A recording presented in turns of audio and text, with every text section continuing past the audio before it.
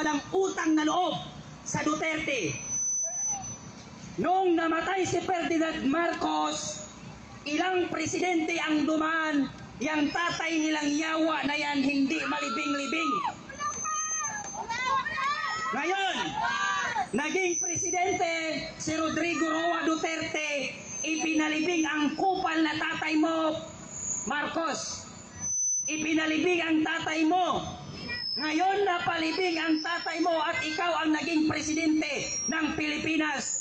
Wala ka mang utang na loob.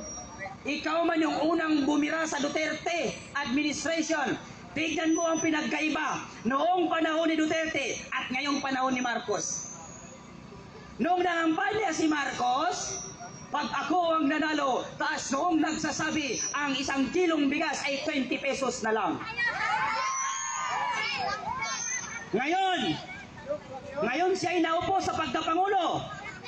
Ang 1 kilong bigas naging 60 pesos.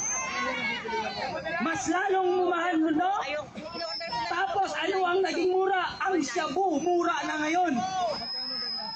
Shabu doon, shabu dito, shabu doon, red doon, shabu lahat. Bakit? Kasi bangag ang ating Pangulo, adik na adik pa rin ang pinamumunuan. At ang mga adik ngayon, hindi na sila natatakot. Tinatawanan na nila ang presidente. Bakit nila tinatawanan? Kasi ang presidente mismo pag inu-question, tinatanong about sa mga problem ng community, ng bansa, kumakamot ng ulo. Kay walang alam.